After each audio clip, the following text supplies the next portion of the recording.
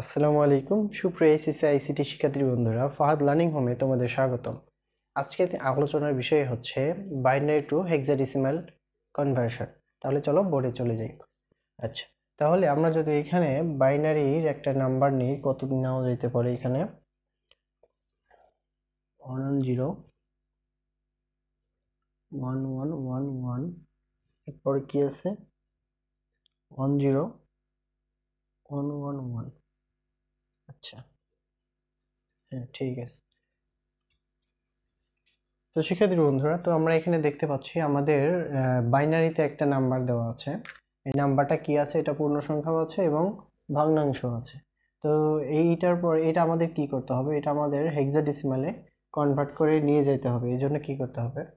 তো আমরা এর আগে অক্টালে যেটা দেখেছিলাম যে প্রত্যেকটা ঘরকে আমাদের কত করে নিতে হবে, আমাদের প্রত্যেকটা মানে যতগুলো ডিজিট আছে প্রত্যেকটাকে তিনটা তিনটা করে সেকশনে ভাগ করতে হবে। কিন্তু আমাদের অক্টালের ক্ষেত্রে এসে একটু ভিন্ন, কারণ অক্টালে কিন্তু আমাদের নাম্বার আমাদের সংখ্যার ইয়েটা অনেক বেশি, অর্থাৎ রেঞ্জটা অনেক বেশি 1 2, অর্থাৎ বাইনারি যে স্থানীয় মান 4 8। তাহলে কত আসতেছে আমাদের এখানে? এখানে আসতেছে কত? 12 13 14 15। অর্থাৎ আমাদের অক্টালে যদি আমরা যাই তাহলে আমরা দেখতে পারি কি অক্টালে আমাদের রেঞ্জ সর্বোচ্চ কত আছে? 0 থেকে 9 পর্যন্ত। তো আমাদের কত থাকে? আমাদের 10টা, অর্থাৎ 9 পর্যন্ত রেঞ্জ। আমি একটু দেখেই দিই তোমাদের। 0 1 2 3 4 5 6 7 8 9। আচ্ছা, এই পর্যন্ত আমাদের হেক্সাডেসিমালের ক্ষেত্রে 10টা ডিজিট আছে। এই ক্ষেত্রে আমাদের সর্বোচ্চ কত? 9। এরপরে আমাদের কি থাকে? A B C D E F পর্যন্ত, ঠিক আছে। এই ক্ষেত্রে আমাদের এর ভ্যালুটা আসে কত? 10, এবং এই বির ভ্যালুটা আসে 11, এবং আমাদের সির ভ্যালুটা আসে কত? সির ভ্যালুটা আসে 12, ডির ভ্যালু আসে কত? 13, এবং এই ইর ভ্যালু আসে 14, এবং এফ এর ভ্যালু আসে কত আমাদের? 15। তাহলে দেখা যাচ্ছে আমাদের হেক্সাডেসিমালের ক্ষেত্রে আমাদের সর্বোচ্চ রেঞ্জ কত? 0 থেকে সর্বোচ্চ রেঞ্জ 15 পর্যন্ত। তাহলে আমরা যদি বাইনারিতে স্থানীয় মান 1, তার ডবল 2, তার ডবল 4, তার ডবল কত? 8, এভাবে 4টা ঘর পর্যন্ত নেই, তাহলে কি হবে? সর্বোচ্চ আমাদের 15 আসবে। সবগুলো যোগফল করলে আমাদের কত দাঁড়ায়? সবগুলো যদি যোগ করি আমাদের মান আসে 15। তাহলে এই পর্যন্ত নেওয়া যাবে।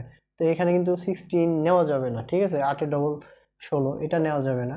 কারণ হচ্ছে আমাদের এখানেই তো সর্বোচ্চ 15 হয়ে গেল সবগুলো যোগফল। হ্যাঁ, তো আমরা ইতিপূর্বের ক্লাসগুলো যারা করেছি তারা এটা বুঝতে পারবো, ঠিক আছে।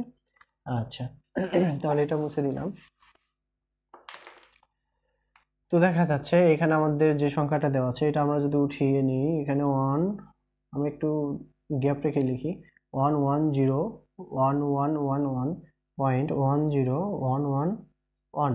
এখানে কি করতে হবে? পূর্ণ সংখ্যা যতটুকু আছে মানে পূর্ণ অংশ, সেখানে দশমিকের আগে থেকে এই যে এখান থেকে 4টা পর্যন্ত আমাদের একটা সেকশনে নিতে হবে। তারপরে এখান থেকে 4টা সেকশন। তো এখানে একটা কম আছে ডিজিট, এই জন্য আমরা কি করব? একটা 0 দিয়ে নিলাম। তো বাম পাশে 0 দিলে এটা দেওয়া না দেওয়া সমান, কিন্তু আমাদের মেলানোর সাথে এখানে দিলাম। এরপরে কি করব? দশমিকের পরে যদি যাই, দশমিকের পরে এখান থেকে আর বাম থেকে ডান পর্যন্ত প্রথমে আমরা 4 ঘরে মিলে নিব। তারপরে কি করব? একটা বাদ আছে, এটা মিলানোর জন্য আরো 3টা শূন্য নিলাম, ঠিক আছে। আচ্ছা, এখন কি করতে হবে? এখন আমাদের যেটা করতে হবে সেটা হলো এখানে কত আছে? এতটুকু এই সেকশনের এখানে 0, তো এইটার নিচে 0 দিলাম। তারপরে 1, 4 এর নিচে 1 দিলাম। তারপরে 1, আমরা 2 এর নিচে 1 দিলাম। তারপরে 0, আমরা 1 এর নিচে 0 দিলাম। এখন তাহলে কি হয়? যতগুলোর নিচে 2 আছে সেগুলো কি করতে হবে? আমাদের যোগ করতে হবে। অর্থাৎ এখানে 2, সরি, যতগুলোর নিচে 1 আছে সেগুলো যোগ করতে হবে। অর্থাৎ 4 এর নিচে 1 আছে এবং 2 এর নিচে 1 আছে, তাহলে 4 যোগ 2 সমান কত? 6। তাহলে আমাদের এই যে সেকশনটুকু এটার ভ্যালু আসতেছে 6। এরপরে কত? 4টে যোগ করতে হবে। অর্থাৎ আমরা যদি 4টে যোগ করি কত হবে?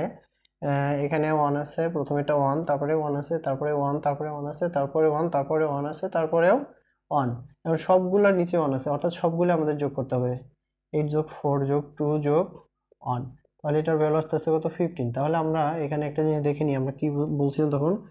আমাদের 15 আসতেছে এফ এর মান। অর্থাৎ এর মান যদি 10 হয়, বির মান যদি হয় 11, সির মান হবে 12, তাহলে সি ডির মান হবে 13, ইর মান হবে 14, এবং এফ এর মান কত আসতেছে? 15। তাহলে আমাদের 15 আসতেছে হচ্ছে এই যে এতটুকুর ভ্যালু আসতেছে কত? 15। এখন এই 15 না লিখে আমরা কি করতে পারি? 15 ইকুয়াল কত লিখতে পারি এফ, তাহলে এখানে এফ লিখতে পারি। এখন এরপরে পয়েন্ট আছে, পয়েন্ট দিলাম। এখন এখানে কত আছে, এখানে যেটা আছে এটা হচ্ছে প্রথমে 1, তারপরে 0, তারপরে 1, তারপরে 1, এই 1টা। তাহলে এখন আমাদের 3টা নিচে 1 আছে, তাহলে 8 এর নিচে 1 আছে, 8 যোগ 2 এর নিচে 1 আছে, 2 যোগ 1 এর নিচে 1 আছে, তাহলে কত হয় 11। ঠিক আছে, হ্যাঁ 11 হয়। 11 কার ভ্যালু? 11 হচ্ছে বি এর ভ্যালু। তাহলে আমরা দশমিকের পরে এই যে এটার পরিবর্তে কি লিখতে পারি, বি লিখতে পারি। ঠিক আছে, বি লিখলাম এবং এটার ভ্যালু কত আসে আমাদের, এটার ভ্যালু আসবে 8, কারণ প্রথমে 1 আছে, 1 তারপরে 3টাই 0, শুধু 1 এর 8 এর নিচে 1 আছে, সো খালি 8টাই হবে এখানে, তাহলে 8 এর ভ্যালু 8ই লিখতে হবে। ঠিক আছে, তাহলে এটা গেল আমাদের কিসের মান, হেক্সাডেসিমাল। ঠিক আছে, তো এখানে কি আসবে আমাদের 6f.b8। আশা করি বুঝতে পেরেছো সবাই। তো যদি কিছু না বুঝতে পারো তাহলে আমাদের ভিডিওটা বারবার দেখবে, এবং তারপরে যদি বুঝতে সমস্যা হয় যে কোনো মানে নাম্বার নিয়ে যদি সমস্যা হয় আমাদের কমেন্ট বক্সে জানাবে, আমরা এটার সমাধান দেওয়ার চেষ্টা করব। তো আজকের ক্লাস এই পর্যন্তই। সবাই ভালো থেকো, সুস্থ থাকো, দেখা হবে পরবর্তী ভিডিওতে। আসসালামু আলাইকুম।